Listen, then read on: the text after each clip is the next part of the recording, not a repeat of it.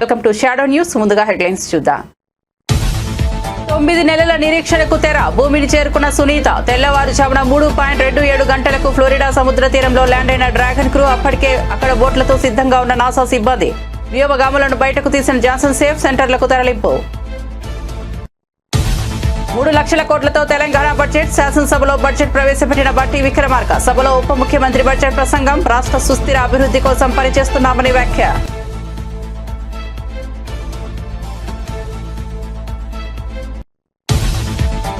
AP ప్రభుత్వం gates foundation మధ్య కీలక ఒప్పందం. చంద్రబాబును ప్రశంసించిన బిల్ గేట్స్. ఢిల్లీలో సీఎం చంద్రబాబు పర్యటన. ఒప్పందాలపై సంతకాలు చేసిన ఇరు వర్గాలు. ఏపీ అభివృద్ధిలో గేట్స్ ఫౌండేషన్ కీలక పాత్ర పోషిస్తుందన్న చంద్రబాబు.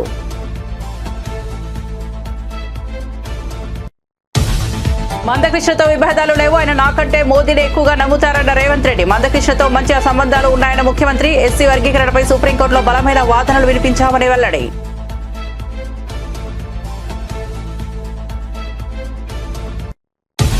వైసీపీకి షాక్ల మీద షాక్లు. ఇప్పటికే ఆ పార్టీకి 4 ఎమ్మెల్సీలు రాజీనామా. తాజాగా ఎమ్మెల్సీ మరి రాజశేఖర్ రాజీనామా. 5కి పెరిగిన వైసీపీ. అసంతృప్తి ఎమ్మెల్సీల సంఖ్య. మరి రాజశేఖర్ రాజీనామా వెనక్కు తీసుకోవాలని కోరిన బొత్స.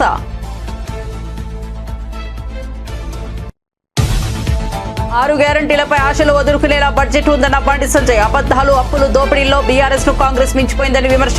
హామీలో 10% కూడా అమలు చేయలేదని అసమర్థ ప్రభుత్వం అని మండిపాటు. బడ్జెట్ అన్ని వర్గాలను నిరాశపరిచిందన్న బండి సంజయ్.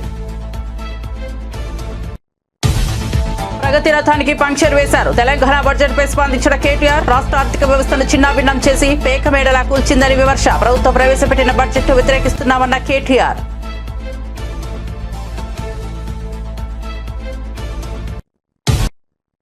ఇక వార్త వివరాల్లోకి వెళ్తే 9 నెలల నిరీక్షణకు తెరపడింది. భారత సంతతి వ్యోమగామి సునీత విలియమ్స్ క్షేమంగా భూమిని చేరుకున్నారు. సునీత, బుచ్ విల్మోర్ మరో 2 వ్యోమగాములతో కలిసి అంతర్జాతీయ అంతరిక్షం కేంద్రం నుంచి బయలుదేరిన క్యూ డ్రాగన్ వ్యోమనౌక ఈ తెల్లవారుజామున 3:27 ఫ్లోరిడా సముద్ర తీరంలో ల్యాండ్ అయింది. గంటకు దాదాపు 27,000 కిలోమీటర్ల వేగంతో భూమి వైపు దూసుకొచ్చిన డ్రాగన్ క్రూ క్యాప్సూల్ క్రమంగా వేగం తగ్గించుకుంటూ వచ్చింది. గంటకు 186 కిలోమీటర్ల వేగానికి చేరుకున్నాక దాన్ని 4 పారాచూట్లు తెరుచుకున్నాయి. ఆ తర్వాత వేగాన్ని మరింత తగ్గించుకుని సముద్ర జలాల్లో ల్యాండ్ అయింది. అప్పటికే అక్కడ బోట్లతో సిద్ధంగా ఉన్న నాసా సిబ్బంది క్యాప్సూల్ను ఓ బోటుపైకి ఎక్కించి ఒడ్డుకు చేర్చారు. అనంతరం లోపలున్న వ్యోమగాములను బయటకు తీసి హ్యూస్టన్లోని జాన్సన్ స్పేస్ సెంటర్కు తరలించారు. అక్కడ వారికి వైద్య పరీక్షలు నిర్వహిస్తారు.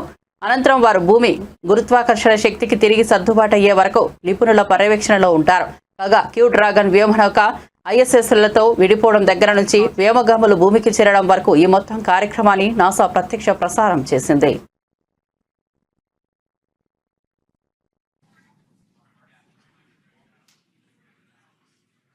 And splashdown, Crew 9 back on Earth.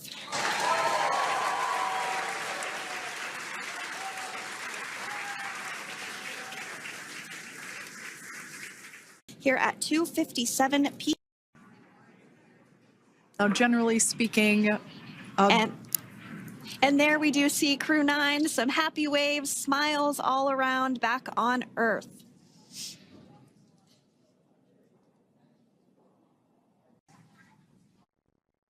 Telangana శాసనసభలో ఆర్థిక మంత్రి ఉప ముఖ్యమంత్రి బట్టి విక్రమార్క 2025-26 సంవత్సరానికి బడ్జెట్ ప్రవేశపెట్టారు. 3,04,965 కోట్లతో బడ్జెట్ కు రూపకల్పన చేశారు. రాష్ట్రంలో కాంగ్రెస్ ప్రభుత్వం ఏర్పడిన తర్వాత ప్రవేశపెట్టిన తొలి పూర్తిస్థాయి బడ్జెట్ ఇదే. సభలో బడ్జెట్ ప్రవేశపెడుతూ బట్టి విక్రమార్క ప్రసంగించారు. తెలంగాణ సుస్థిర అభివృద్ధి కోసం చిత్తశుద్ధితో పనిచేస్తున్నామని పేర్కొన్నారు. గత ప్రభుత్వ పాలనలో చిత్రమైన ఆర్థిక వ్యవస్థను గాడిలో పెడుతున్నట్లు తెలిపారు. రాష్ట్ర ప్రజలకు జవాబుదారీ పాలనను అందిస్తున్నట్లు వివరించారు. మా ప్రభుత్వం 2025-26 ఆర్థిక సంవత్సరానికి బడ్జెట్ ప్రవేశపెడుతున్నందుకు సంతోషంగా ఉంది. సంక్షేమం, అభివృద్ధిని సమపాలలో రంగరించి జోడు గుర్రాల తరహాలో సుపరిపాలనా రథాన్ని పరుగులు పెట్టించడంలో సఫలీకృతం అయ్యామని రాష్ట్ర ప్రజలకు తెలియజేస్తున్నాను. డాక్టర్ బాబాసాహెబ్ అంబేద్కర్ గారు భారతదేశాన్ని ఒక రాజకీయ, సామాజిక, ఆర్థిక న్యాయం అమలు చేసే పటిష్టమైన ప్రజాస్వామ్య దేశంగా చూడాలని అనుకున్నారు. అందుకే రాజ్యాంగ నైతికతను, కాన్స్టిట్యూషనల్ మొరాలిటీని ఆయన పదే పదే నొక్కి చెప్పారు. రాజ్యాంగ నిర్మాత సూచించిన ఆ నైతిక విలువలనే సరిగ్గా పాటిస్తూ మా ప్రజాపాలన సాగిస్తున్నాం.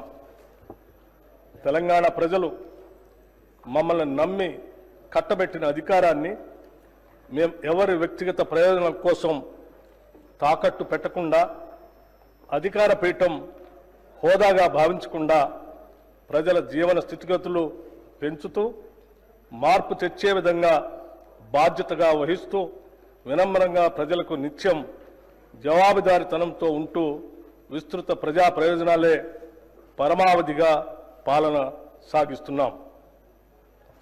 దశాబ్ద కాలం పాలనా వ్యవస్థల విధ్వంసం, ఆర్థిక అరాచకత్వంతో కూడిన పాలనతో ఛిద్రమైన తెలంగాణ పాలనా ఆర్థిక వ్యవస్థల్ని గాడిలో పెడుతూ తెలంగాణ తాత్కాలిక దీర్ఘకాలిక ప్రయోజనాలు లక్ష్యాలను దృష్టిలో ఉంచుకొని మా ప్రభుత్వం నిరంతరం పనిచేస్తుంది. నిజం కూడా ప్రతిరోజు ప్రచారంలో ఉండాలి. లేదంటే అబద్ధం నిజంగా మారి రాష్ట్రాన్ని, దేశాన్నే కాదు ప్రపంచాన్ని కూడా నాశనం చేస్తుంది. ప్రభుత్వం చేసే ప్రతి చర్యలో శంకిస్తూ నిరాధారమైన విమర్శలు చేయడమే కొందరు పనిగా పెట్టుకున్నారు. సోషల్ మీడియాలో, సొంత పత్రికల్లో అబద్ధపు వార్తలతో ప్రజలను మోసం చేస్తున్నారు. ఇటువంటి విమర్శలను సమర్థవంతంగా తిప్పికొడుతూ వాస్తవాలను ఎప్పటికప్పుడు ప్రజలకు తెలియజేయటం మా బాధ్యత. నిజం ప్రజలకు చెప్పకపోతే స్వార్థపరులు ప్రచారం చేసే అబద్ధాలే నిజాలుగా భ్రమించే ప్రమాదం ఉంది. అందుకే ఎప్పటికప్పుడు సత్యాలను ప్రజల ముందు ఉంచుతూ ముందుకు సాగుతున్నాం. రాష్ట్ర ప్రయోజనాల దృష్ట్యా సమాఖ్య స్ఫూర్తిని మా ప్రభుత్వం కొనసాగిస్తుంది. సమ్మిళిత అభివృద్ధి. ఎంఆర్పీఎస్ వ్యవస్థాపక అధ్యక్షుడు మందకృష్ణ మాదిగతో విభేదాలపై ముఖ్యమంత్రి రేవంత్ రెడ్డి స్పష్టతనిచ్చారు. బుధవారం ఆయన మీడియాతో మాట్లాడారు. మందకృష్ణతో తనకు ఎలాంటి విభేదాలు లేవు, మా ఇద్దరి మధ్య వ్యక్తిగత అనుబంధం బాగుందని అన్నారు. కానీ ఒక విషయంలో బాధగా ఉంది. నాకంటే ఎక్కువ ప్రధాని మోడీని, కేంద్ర మంత్రి కిషన్ రెడ్డినే మందకృష్ణ ఎక్కువగా నమ్ముతున్నారని అన్నారు. దేశంలో బీజేపీ పాలిత రాష్ట్రాల్లో ఎక్కడా ఎస్సీ వర్గీకరణ అమలు చేయడం లేదు. ఎస్సీ వర్గీకరణ అమలు చేస్తున్న ఏకైక రాష్ట్రం తెలంగాణ అని చెప్పారు. పక్కా ప్రణాళికతో ఎస్సీ వర్గీకరణ అమలు చేయబోతున్నాం. వర్గీకరణ అంశం కొలిక్కి వచ్చే వరకు ఎలాంటి నోటిఫికేషన్లు కూడా ఇవ్వొద్దని అధికారులకు ఇప్పటికే ఆదేశాలు జారీ చేసినట్లు తెలిపారు. ఏ రాష్ట్రం ఈ దేశంలో అమలు చేయలేదు. ఏ రాష్ట్రం, ఏ కేంద్ర ప్రభుత్వం ఇవాళ మా సోదరుడు ఎక్కడైతే మద్దతు పలుతుండో, నాకు మంచి మిత్రుడు ఆయన, నాకేం విభేదాలు లేవు. నేను మళ్ళీ మీరు ఎవరైనా అనుకున్నారు, కృష్ణమాదిగతో నాకు పర్సనల్ రిలేషన్ చాలా గొప్పగా ఉంది. ఆయనతో నాకు ఏం చిన్న ఎంట్రకాంత కూడా మాకు భిన్నాభిప్రాయాలు. కాకపోతే నాకంటే ఆయన కిషన్ అన్నను, మోడీని ఎక్కువ నమ్ముతుండు. కానీ వాళ్ళ ప్రభుత్వాలు ఉన్న దగ్గర కూడా ఎక్కడ అమలు చేయలే. ఎక్కడ కూడా ఏ రాష్ట్రంలో అన్న వాళ్ళ ప్రభుత్వం ఉన్న కాడ, ఇన్ని రాష్ట్రాలలో వాళ్ళ ప్రభుత్వం ఉంది, నన్ను చేసిరా. కానీ నేనేందంటే ఈ వర్గాలకు అన్యాయం జరిగింది, ఇక నేను ఉన్నప్పుడు కూడా న్యాయం చేయకపోతే వీళ్ళకి ఎవ్వరు న్యాయం చేయరని నేను బలంగా నమ్మిన. అందుకే ఇంకెవ్వరు ఏమన్నా అనుకొని ఎవరు ఏమన్నా తెచ్చుకొని ఈ జాతికి న్యాయం చేయాలనుకున్న పట్టుదలతోని దాన్ని పక్కడ్బందీగా అన్ని రకాలుగా చేసుకుంటూ వచ్చి నేను అసెంబ్లీలో బిల్లు చేసి, అంతకంటే ముందు ప్రొఫెసర్ కాసిము వాళ్ళు వచ్చి నాతో అడిగిన. అంటే నేను చెప్పిన, మీకు బిల్లు కావాలన్నా ఆడాబిడి కావాలన్నా అని. మాకు బిల్లు కావాలి సార్ అన్న. బిల్లు కావాలంటే దీనికి ఒక ప్రాసెస్ ఉంటుంది. పిల్లగాడు ఎంత తెలుగుకల్లా చదువైనోడైనా వాడు సంవత్సరం చదివినాకనే పరీక్షలు పెడతాం కదా. దీని కూడా ఈ ప్రాసెస్ కూడా ఒక పద్ధతి ఉంటుంది. అసెంబ్లీ కానీ, లేకపోతే క్యాబినెట్ కానీ, కమిషన్ కానీ, రిపోర్ట్ కానీ, దాన్ని చట్టం రూపొందించాలి. చట్టంలో లొసుగులు ఉండొద్దు. మళ్ళీ దాన్ని చట్టం చేసినాక మళ్ళీ దాన్ని ఎవరో గారు దాంట్లో ఏదో ఒకటి ఎతికి కోడిగుడ్డు మీద ఈకలు వీకినట్టు ఏదైనా చేస్తే అది మళ్ళీ మొదటికి వస్తే ఇంక మళ్ళీ ఎప్పటికీ ఇది అపరిష్కృతమైన శాశ్వత సమస్య ఉంటుందని చెప్పి దాన్ని పక్కడ్బందీ చేసి దాన్ని మొత్తం దామన్నను ముందలు పెట్టి వెనకంగా మేము అందరం ఉండి మిగతా వాళ్ళందరినీ సమన్వయం చేసుకుంటూ నేను సభలో కూడా అందరినీ కూడగట్టి ఎవరు కూడా దీన్ని వ్యతిరేకించే సాహసం చేయలేదు. ఎవరిని కూడా వ్యతిరేకించనీయకుండా వ్యవహారం నడిపినాం. ఎందుకంటే దీన్ని అందరి ఆమోదంతో ముందుకు తీసుకెళ్తున్నాను ఒక అభిప్రాయం ఇవ్వడం ద్వారా మాదిగ ఉపకులాలు ఎవ్వరికి అన్యాయం చేస్తలేరు. వీళ్ళు వాళ్ళ న్యాయమైన హక్కు కోసమే వాళ్ళు ప్రయత్నం చేస్తున్నారు అనే ఒక విస్తృత అభిప్రాయాన్ని కల్పించడం కోసం ప్రభుత్వం పూర్తిగా ప్రయత్నం చేసి ఆంధ్రప్రదేశ్ ప్రభుత్వం గేట్స్ ఫౌండేషన్ మధ్య అవగాహన ఒప్పందం కుదిరింది. ఆరోగ్య సంరక్షణ, మెడ్టెక్, విద్య, వ్యవసాయం వంటి కీలక రంగాలలో తక్కువ ఖర్చుతో కూడుకున్న విస్తరించదగిన పరిష్కారాలను అనుసంధానించడం ద్వారా ప్రజల సంక్షేమం కోసం సాంకేతికతను ఉపయోగించడమే ఈ ఒప్పందం ముఖ్య ఉద్దేశం. ఏపీ ముఖ్యమంత్రి చంద్రబాబు ఢిల్లీలో gates foundation chairman bill gates తో సమావేశమయ్యారు. రాష్ట్ర అభివృద్ధి దిశగా ఇరువురు అనేక అంశాలపై లోతైన చర్చ జరిపారు. ఈ సందర్భంగా ఒప్పందంపై సంతకాలు జరిగాయి. ఈ అవగాహన ఒప్పందం ఏపీ గవర్నమెంట్, గేట్స్ ఫౌండేషన్ మధ్య వ్యూహాత్మక సహకారానికి రూపకల్పన చేస్తుంది. దీనిలో ఆంధ్రప్రదేశ్ ప్రభుత్వం గుర్తించిన భాగస్వామ్యులకు రాష్ట్ర ప్రభుత్వ కార్యక్రమాలలో వివిధ ప్రయోజనాల కోసం గేట్స్ ఫౌండేషన్ మద్దతు ఇస్తుంది. ఈ భాగస్వామ్యం ద్వారా ఆరోగ్య విశ్లేషణ, ఆటోమేటెడ్ డయాగ్నోస్టిక్స్ కోసం ఏఐ ఉపయోగించడం జరుగుతుంది. వ్యవసాయంలో ఏఐ ఆధారిత సలహా వేదికలు, ఖచ్చితమైన వ్యవసాయం వనరుల నిర్వహణ కోసం ఉపగ్రహ ఆధారిత వ్యవస్థలను ప్రవేశపెట్టనున్నారు. తెలంగాణ ప్రభుత్వం ప్రవేశపెట్టిన బడ్జెట్ 6 గ్యారంటీలపై ఆశలు వదులుకునేలా ఉందని కేంద్ర సహాయ మంత్రి బీజేపీ నేత బండి సంజయ్ అన్నారు. అబద్దాల్లో, అప్పుల్లో, దోపిడీలో బీఆర్ఎస్ ప్రభుత్వాన్ని కాంగ్రెస్ ప్రభుత్వం మించిపోయిందని ఆయన ఎద్దేవా చేశారు. కేటాయింపులకు, ఆచరణలకు పొంతనలేని బడ్జెట్ ఇది అని విమర్శించారు. ఎన్నో హామీలు ఇచ్చి అధికారంలోకి వచ్చిన ఈ ప్రభుత్వం కనీసం 10% హామీలను కూడా అమలు చేయడం లేదని ఆయన ఆరోపించారు. ఇదొక అసమర్థత ప్రభుత్వమని ఘాటుగా వ్యాఖ్యానించారు. 2 లక్షల ఉద్యోగాల భర్తీ, 4,000 నిరుద్యోగ భృతి ఊసేలేదని ఆయన అన్నారు. విద్య, వైద్య రంగాలకు కేటాయింపులు దారుణంగా ఉన్నాయని విమర్శించారు. ఈ బడ్జెట్ అన్ని వర్గాలను నిరాశపరిచిందని బండి సంజయ్ పెదవి విరిచారు. తెలంగాణ రాష్ట్ర ప్రభుత్వం ప్రవేశపెట్టిన బడ్జెట్ పై బీఆర్ఎస్ వర్కింగ్ ప్రెసిడెంట్ కేటీఆర్ స్పందించారు. రాష్ట్ర ప్రభుత్వం ప్రవేశపెట్టిన బడ్జెట్ తెలంగాణ ఆర్థిక వ్యవస్థను చిన్నాభిన్నం చేసి పేకమేడలా కూల్చేస్తోందని విమర్శించారు. ఈ బడ్జెట్ ద్వారా 10 ఏళ్ల ప్రగతి చక్రానికి పంక్చర్ చేశారని విమర్శించారు. రాష్ట్ర ప్రభుత్వం ప్రవేశపెట్టిన బడ్జెట్ ను వ్యతిరేకిస్తున్నట్లు ఆయన స్పష్టం చేశారు. అసెంబ్లీ మీడియా పాయింట్ వద్ద మాట్లాడుతూ ఈ బడ్జెట్ పేదల కష్టాలను తీర్చే విధంగా లేదని అన్నారు. ఢిల్లీకి మూటలు పంపించడానికి ఉపయోగపడేలా బడ్జెట్ ఉందని ఆరోపించారు. ఎన్నికలకు ముందు ఇచ్చిన 420 హామీలను బడ్జెట్లో ఎక్కడా ప్రస్తావించలేదని ఆయన పేర్కొన్నారు. ఏ ప్రభుత్వానికైనా 5 సంవత్సరాల పదవీ కాలం ఉంటుంది. 5 బడ్జెట్లు ప్రవేశపెట్టే అవకాశం ఉంటుంది. కాకపోతే ఆఖరి బడ్జెట్ ఎన్నికల సంవత్సరం బడ్జెట్ కాబట్టి పూర్తిగా అమలు కాదు. మరి ఈ ప్రభుత్వం 2 బడ్జెట్లు అయిపోయినాయి అంటే దాదాపు 40-50% వీళ్ళ ఎజెండా నెరవేర్చడానికి కావలసిన ఆర్థిక సంపత్తి ఏదైతే ఉంటుందో ఈ బడ్జెట్ ద్వారా వారు చెప్పేది మరి పూర్తి చేసేది ఉండే. కానీ ఒక్కటంటే ఒక్క హామీ, తులం బంగారం దిక్కులేదు, నెలకు 2,500 మహాలక్ష్మి దిక్కులేదు, అదేవిధంగా నెలకు 4,000 రూపాయలు ఇస్తానన్న మాటకు ఇవాళ పాత్ర వేసినారు. ఆనాడు కేసీఆర్ గారి ప్రభుత్వంలో నేతన్నలకు పెద్దపీట వేస్తూ చేనేతకు మేము పెట్టిన బడ్జెటు 1,200 కోట్ల రూపాయలు, కానీ ఈరోజు 370 కోట్లకే పరిమితమైపోయిన పరిస్థితి కనబడతా ఉన్నది. ఇంకా దుర్మార్గం ఏంటి అంటే ఆటో డ్రైవర్లు 100 మందికి పైగా ఆత్మహత్యలు చేసుకుంటే వారికి చెప్పిన ఆటో డ్రైవర్ల సంక్షేమ బోర్డు అతి లేదు, గతి లేదు. రాష్ట్ర వ్యాప్తంగా 8 లక్షల మంది ఆటో డ్రైవర్లు ఇవాళ అవస్థలు పడుతుంటే వారి గురించి ఒక్క మాట, ఒక్క ఉపశమనంతో వారిని ఊకోబెట్టే ఒక్క మాట కూడా లేదు ఈ బడ్జెట్లో. అదే మాదిరిగా చెప్పారు వీళ్ళు స్విగ్గీ, జొమాటో, అదేవిధంగా ఇంకా ఇతర ఏవైతే ఈ చిన్న చిన్న యాప్స్ ఉంటాయో వాటి ద్వారా మన ఇళ్లలోకి వచ్చి ఫుడ్ డెలివరీ చేసే అబ్బాయిలు వాళ్ళు ఎవరైతే ఉంటారో వాళ్ళందరికీ గిగ్ వర్కర్స్ బోర్డు పెడతాము అని మాట ఇచ్చారు. ఆనాడు రాహుల్ గాంధీ గారు స్వయంగా చెప్పారు. దాని మాట కూడా ఈరోజు లేదు. ఏ రాష్ట్ర ప్రభుత్వ ఉద్యోగులకైతే ఆనాడు కేసీఆర్ గారు న్యాయం చేసి 73% ఫిట్మెంట్ ఇచ్చినారో వారికి ఇంకా ఎక్కువ న్యాయం చేస్తామన్నారు, ఇంకా ఎక్కువ మేలు చేస్తామన్నారు. వారి గురించి ఒక్క మాట కూడా ఈరోజు బడ్జెట్లో చెప్పలేదు. ఆనాడు 73% జీతాలను కేసీఆర్ గారు పెంచితే వాళ్ళ పీఆర్సీ ప్రస్తావన లేదు. పెండింగ్లో ఉన్న 5 డిఏల గురించి ఒక్క మాట కూడా రాష్ట్ర ప్రభుత్వం కనీసం ప్రస్తావన చేయలేదు. ఆడబిడ్డలకైతే నేను ఇప్పటికే చెప్పిన తీరని అన్యాయం, తీవ్ర అన్యాయం. నెలకు 2,500 100 రోజుల్లో అమలు చేస్తామన్నారు. 500 అయినా కూడా కనీసం మాట కూడా ఈరోజు లేదు. అదేవిధంగా బలహీన వర్గాల సోదరులకు ద్రోహం చేసినారు. కులగణన పేరుతో వారి సంఖ్యను తక్కువ చేసి చూపెట్టి అట్లా మోసం చేసినారు. యాదవ సోదరులకు గొర్రెలిస్తాం, మొదటి నెలలోనే ఇచ్చేస్తామని చెప్పి నమ్మబలికినారు. కనీసం యాదవ సోదరుల ప్రస్తావన, గొల్లా కుర్మా సోదరుల ప్రస్తావన కానీ ఆ పథకం ఊసు కానీ ఈరోజు బడ్జెట్లో లేదు. గౌడన్నలకు చెప్పినారు మీకు 15% కాదు, వైన్ షాపుల్లో రిజర్వేషన్ 25% అన్నారు. ఈరోజు కనీసం గౌడన్నల గీత కార్మికుల మాట కానీ నేత కార్మికుల మాట కానీ కనీస మాత్రంగా కూడా లేదు.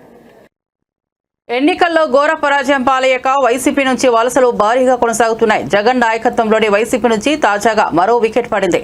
ఎమ్మెల్సీ మర్రి రాజశేఖర్ వైసీపీకి రాజీనామా చేశారు. పార్టీకి ఎమ్మెల్సీ పదవికి రాజీనామా చేస్తున్నట్లు ప్రకటించారు. దీనిపై శాసన మండలిలో విపక్ష నేత వైసీపీ ఎమ్మెల్సీ బొత్స సత్యనారాయణ స్పందించారు. రాజీనామా ఉపసంహరించుకోవాలని మర్రి రాజశేఖర్ ను కోరారు. అయితే మర్రి రాజశేఖర్ బొత్స విజ్ఞప్తికి స్పందించలేదని తెలుస్తోంది.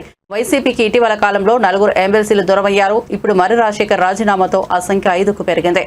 పోతల సునీత, జయమంగళ వెంకటరమణ, బల్లి కళ్యాణ చక్రవర్తి, కర్రి పద్మశ్రీ వైసీపీకి రాజీనామా చేయడం తెలిసిందే. చిలకలూరిపేట వైసీపీ ఇన్ఛార్జిగా మాజీ మంత్రి విడుదల రజనీ నియమించడం పట్ల మర్రి రాజశేఖర్ తీవ్ర అసంతృప్తితో ఉన్నట్టు తెలుస్తోంది. రజనీ నియామకం తర్వాత మర్రి రాజశేఖర్ వైసీపీ కార్యకలాపాలకు దూరంగా ఉంటున్నారు.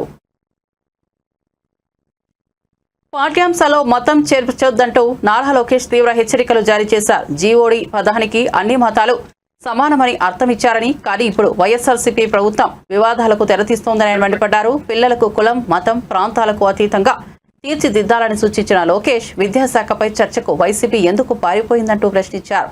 తప్పుడు ప్రచారాలు చేస్తే చూస్తూ ఊరుకోమని హెచ్చరించారు. దేవుడు, God, the one great spirit that Christians, Jews and Muslims believe made the world. Sir, మీరిచ్చిన డిక్షనరీ సార్, మీరిచ్చిన డిక్షనరీ నేను చదువుతున్నాను సార్. తప్పేంటి సార్? అరే ఆయన లేవనెత్తారు, నేను లేవనెత్తాను. I want right to answer. మీరిచ్చిన డిక్షనరీలో దేవుడు అర్థం మీరేం పెట్టారు నేను చెప్తున్నా. ఏంటండి ఆయన చెప్పిన దానికి నేను సమాధానం చెప్తున్నా. ఏంటంటే మీరు ఎల్ఓపి గారు మీ డిక్షనరీలో ఏం ప్రింట్ చేశారో ఉంది. నేను కూటమి ప్లీజ్ ఏంటి సార్ చెప్పండి, మంత్రి గారు చెప్పండి సార్. మీరు ప్రింట్ చేసిన డిక్షనరీ, మీరు 5 సంవత్సరాల అధికారంలో ఉన్నప్పుడు ప్రింట్ చేసిన డిక్షనరీలో దేవుడికి అర్థం మీరేమి ఇచ్చారు నేను చెప్పాను. కూటమి ప్రభుత్వ అధికారులకు వచ్చిన తర్వాత డిక్షనరీలో ఏం అర్థం ఉందనేది నేను చెప్పదలుచుకున్నా. ఇది చాలా ఇంపార్టెంట్. క్వశ్చన్ ఏంటి, ఆన్సర్ ఏంటి అని ముందర మీ సభ్యుడిని అడగండి, అప్పుడు నేను సమాధానం చెప్తాను. God, the supreme being worshipped in different religious practices, emphasizing a universal creator or with specific divine powers. అది మేము ఇచ్చిన అర్థం అధ్యక్ష. ఇది ఒక్క మతాన్ని కించవచ్చే విధంగా మేము ఇవ్వలేదు అధ్యక్ష. మేము ఎక్కడ ఎట్లా అందరినీ ఇంక్లూజివ్ గా మేము తీసుకెళ్తున్నాం. మీరు కావాలని సాఫ్రనైజేషన్ అనే పదం మీరు ఇక్కడ కాంట్రవర్సీ చేసాను తీసుకొచ్చారు. I'm objecting to that. I'm not accepting that. You have to withdraw. గౌరవ సభ్యుడు should withdraw that statement అధ్యక్ష. గౌరవ సభ్యుడు విత్డ్రా చేయాలి అధ్యక్ష. గౌరవ సభ్యులు ఇది కరెక్ట్ కాదండి. మనం ఏమనుకోకపోతే మాట చెప్తున్నా. కరికులంలో రాజకీయాలు తీసుకురాదండి. కరికులంలో రాజకీయాలు తీసుకురాదు. ఎక్కడ తీసుకొచ్చారండి? సాఫ్రనైజేషన్ ఎక్కడ జరిగింది? కరికులంలో ఎక్కడ జరిగిందండి? ఎక్కడ జరిగిందని అడుగుతున్నా. కరెక్ట్ కాదు అధ్యక్ష. రాష్ట్రాన్ని, హౌస్ ని తప్పుదారి పట్టిస్తున్నారు అధ్యక్ష. ఒక మాట చెప్తున్నా. కులం, మతం, ప్రాంతం అతీతంగా పిల్లలందరూ బాగా చదువుకోవాలని కోరుకునే వ్యక్తులు మనందరం. కానీ కావాలని అక్కడ మీరు మతాన్ని తీసుకొచ్చి చదువుల్లో చాలా పొరపాటు చేస్తున్నారు. మేము తీసుకొచ్చిన పుస్తకాలు కులాలు, మతాలు, ప్రాంతాలు అతీతంగా పిల్లలకి బాగా చదవాలనేది మా లక్ష్యం అండి. మీ బాధ అనేది ఉంటుంది. మీరు హౌస్ ని తప్పుదారి పట్టించి మీరు 5 కోట్ల ఆంధ్రుల్ని తప్పుదారి పట్టిస్తే మేము కూర్చున్నాక సిద్ధంగా లేము. You withdraw that statement. I will sit. I have no problem అధ్యక్ష. నేను కోరేది ఏంటంటే సబ్జెక్ట్ వరకు కన్ఫైన్ అవుతే ఐ హావ్ నో ప్రాబ్లం. లేనిపోని ఆరోపణలు చేస్తే ఐ హావ్ అ ప్రాబ్లం. అసెంబ్లీలో కాంగ్రెస్ ప్రభుత్వం ప్రవేశపెట్టిన 2025-26 వార్షిక బడ్జెట్ పై ఎమ్మెల్సీ కవిత స్పందించారు. ఆర్థిక మంత్రి బట్టి విక్రమార్క బడ్జెట్ ప్రసంగం అనంతరం అసెంబ్లీ మీడియా పాయింట్ వద్ద ఆమె మాట్లాడుతూ ప్రవచనాలు ఎక్కువ, పైసలు తక్కువ అన్నట్లుగా బడ్జెట్ ఉందని అన్నారు. ప్రతిసారి చెప్పకనే చెప్పడం తప్ప అందులో ఒక్క మాట నిజం లేదని గుర్తు చేశారు. అలాగే ఈ సంవత్సరం ప్రభుత్వం కట్టిన అప్పుల గురించి మాట్లాడారు. ఈ సంవత్సరం కేవలం 30,000 కోట్ల అప్పును మాత్రమే కట్టారని, కానీ సీఎం మాత్రం 1,00,000 కోట్ల అప్పులు కడుతున్నారని, అప్పుల కారణంగానే అభివృద్ధి చేయలేకపోతున్నామని అబద్ధాలు చెప్పారని గుర్తు చేశారు. ప్రవచనాలు ఎక్కువ పైసలు తక్కువ అన్నట్టు ఉన్నది. చెప్పినవే చెప్పడము, మహనీయుల మాటలు చెప్పడం తప్పితే అందులో ఒక్క మాట కూడా నిజం లేకపోవడం దారుణం. ప్రత్యేకించి ఇది బడ్జెట్ బుక్, ప్రభుత్వం ఇచ్చింది, మేము ఇచ్చింది కాదు. ఈ సంవత్సరంలో ప్రభుత్వం పే చేసినటువంటి అప్పుల వివరాలను ఈ రెండిట్లో కూడా వాళ్ళు చెప్పినారు. ఈ రెండు కూడా కలిపి కూడితే 30,000 కోట్లే ఈ ప్రభుత్వం అప్పుకు కట్టాల్సిన అసలు మిత్తి కలిపి ఈ సంవత్సరం ప్రభుత్వం కట్టింది 30,000 కోట్లు. కానీ ముఖ్యమంత్రి గారు సభలో నిలబడి మొత్తం 1,40,000 కోట్లు అప్పులకే కట్టినాం, ఇంకా అభివృద్ధి చేయడానికి ఏమాత్రం కూడా మా దగ్గర లేదని చెప్పింది. మరి వాళ్ళ బడ్జెట్ బుక్లనే ఈ సంవత్సరం కట్టింది 30,000 అని చెప్పింది. సో ఇది ఒక అబద్ధం అన్నటువంటిది స్పష్టంగా తెలిసిపోయింది. ఇంకొక అంశం ఇదే బుక్లో ఒక మాట పదే చెప్పింది ఏంటంటే కేసీఆర్ గారు బాగా అప్పులు చేసిండ్రు, రాష్ట్రాన్ని అప్పుల పాలు చేసిండ్రని చెప్పింది. అబద్ధం అని చెప్పి మేము పదే నిరూపిస్తున్నాం. మళ్ళీ ఈ రోజు ఇచ్చినటువంటి ఈ పుస్తకం ఇందులో వాళ్ళే నిరూపించుకుంటూ తెలంగాణ రాష్ట్రం ఏర్పడ్డప్పటి నుంచి ఈ రోజు వరకు జరిగినటువంటి అప్పు 4,37,000 కోట్లని మరి ప్రభుత్వమే ఇచ్చింది. కానీ కేసీఆర్ గారిని పట్టుకొని 7.5 లక్షల కోట్లు అప్పు చేసిరు, మీరు ఇన్ని లక్షల కోట్లు అప్పు చేసిరు అని చెప్పి పదే చెప్తుంటారు. ఇంకా ఈ 4 లక్షల గమ్మత్ ఏంటంటే ఈ 4,37,000 కోట్ల డబ్బులో ఈ ముఖ్యమంత్రి గారు చేసినటువంటి 1,58,000 కోట్లు ఆయన ఫ్లోర్ ఆఫ్ ద హౌస్లో ఒప్పుకున్నటువంటి అమౌంట్ కూడా ఇందులో యాడ్ అయి ఉన్నది. అంటే కేసీఆర్ గారు చేసినటువంటి అప్పు మీద వాళ్ళు తప్పుడు ప్రచారం చేసిందన్న విషయాన్ని ప్రభుత్వము మరి ఈ రెండు పుస్తకాలలో కూడా ఈ బడ్జెట్లో రాసి ఇవ్వడం అన్నటువంటిది వాళ్ళ అసత్యాలను ఎండగట్టేటట్టుగా ఉన్నది. ఈ విషయం ప్రజలు గమనించాల్సిందిగా కోరుతా ఉన్నాం.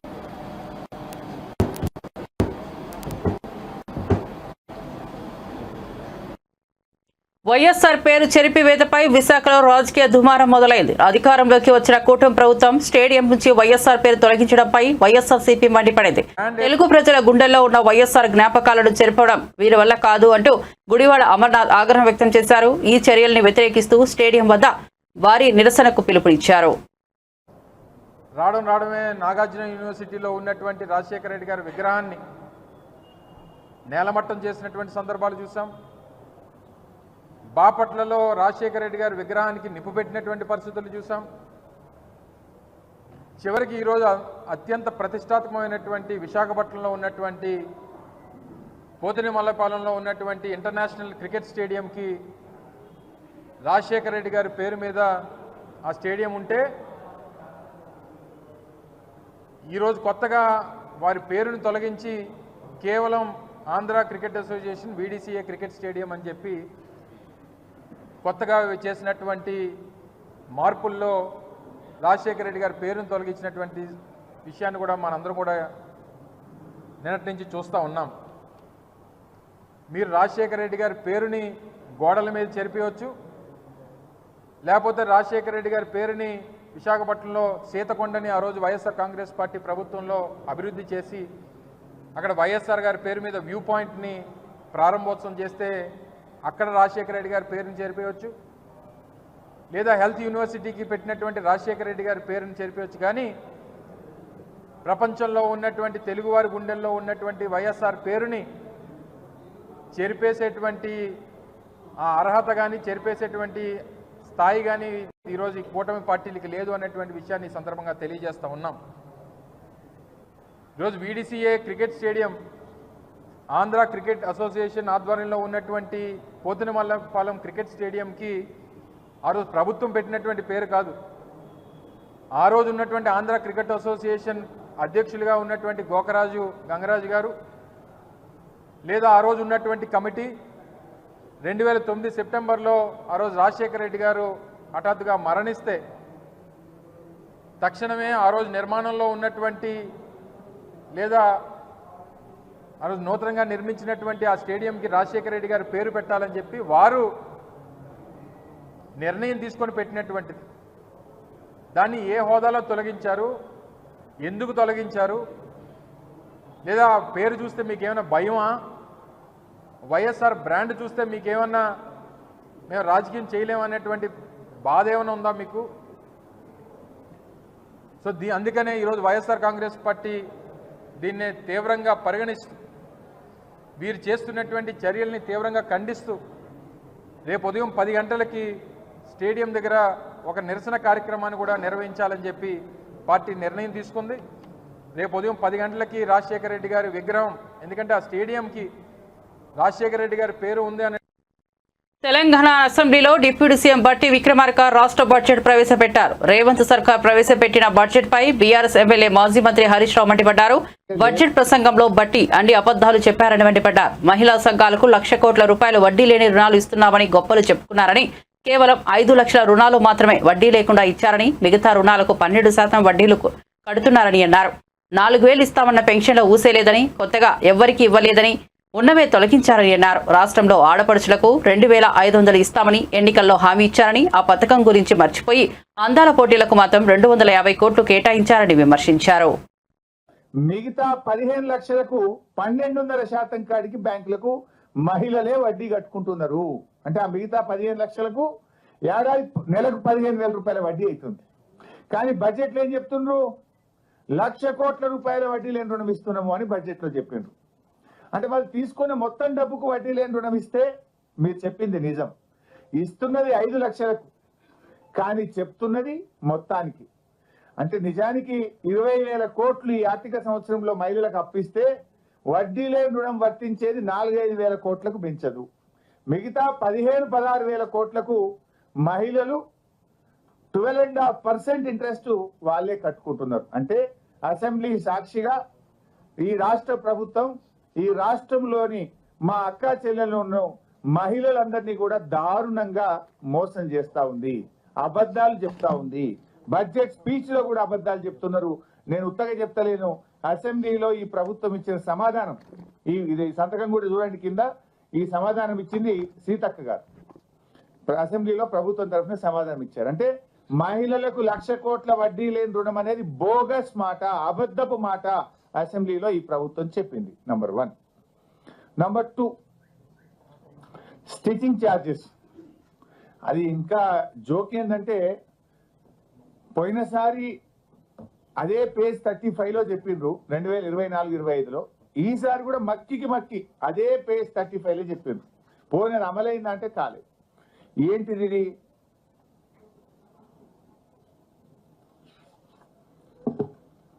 పేజ్ 35లో మీరు చూస్తే స్కూల్ యూనిఫామ్ల కుట్టి ఛార్జీలను జతకు 50 రూపాయల నుంచి 75 రూపాయలకు పెంచడం జరిగింది అని ఇంకా చాలా ఎక్కువ చెప్పారు. దానికి టైం లేదు. ఈసారి కూడా మీరు చూస్తే ఇది ఈ సంవత్సరం బడ్జెట్ బుక్. బులెటిన్ ముగించే ముందు హెడ్లైన్స్ మరోసారి చూద్దాం. 9 నెలల నిరీక్షణకు తెరగా భూమిని చేరుకున్న సునీత. తెల్లవారుజామున 3.27 గంటలకు ఫ్లోరిడా సముద్ర తీరంలో ల్యాండ్ అయిన డ్రాగన్ క్రూ. అప్పటికే అక్కడ బోట్లతో సిద్ధంగా ఉన్న నాసా సిబ్బంది.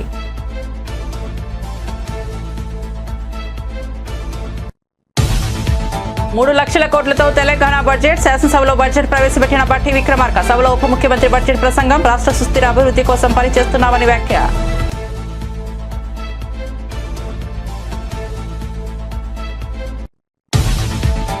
ఏపీ ప్రభుత్వం గేట్స్ ఫౌండేషన్ మధ్య కీలక ఒప్పందం. చంద్రబాబును ప్రశంసించిన బిల్ గేట్స్. ఢిల్లీలో సీఎం చంద్రబాబు పర్యటన. ఒప్పందంపై సంతకాలు చేసిన ఇరు వర్గాలు. ఏపీలో అభివృద్ధి గేట్స్ ఫౌండేషన్ కీలక పాత్ర పోషిస్తుందన్న చంద్రబాబు.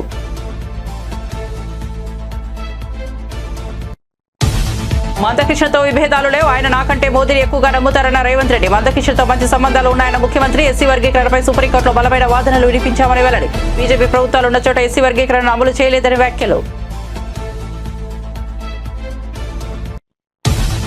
వైసీపీకి షాక్లు మీద షాక్లు. ఇప్పటికే ఆ పార్టీకి 4 ఎమ్మెల్సీలు రాజీనామా. తాజాగా ఎమ్మెల్సీ మర్రి రాజశేఖర్ రాజీనామా. 5కు పెరిగిన వైసీపీ. అసంతృప్తి ఎమ్మెల్సీల సంఖ్య. మర్రి రాజశేఖర్ రాజీనామా వెనక్కు తీసుకోవాలని కోరిన బొత్స.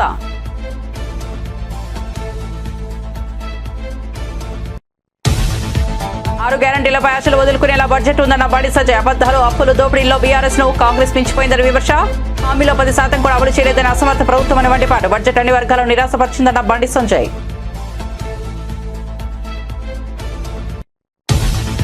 ప్రగతి రథానికి పంక్చర్ వేశారు. తెలంగాణ బడ్జెట్ పై స్పందించిన కేటీఆర్. రాష్ట్ర ఆర్థిక వ్యవస్థను చిన్నాభిన్నం చేసి పేకమెడలా కూల్చేసిందని విమర్శ. ప్రభుత్వం ప్రవేశపెట్టిన బడ్జెట్ ను వ్యతిరేకిస్తున్నామన్న కేటీఆర్. ఢిల్లీకి మూటలు పంపించడానికి ఉపయోగపడేలా ఉందని చురక.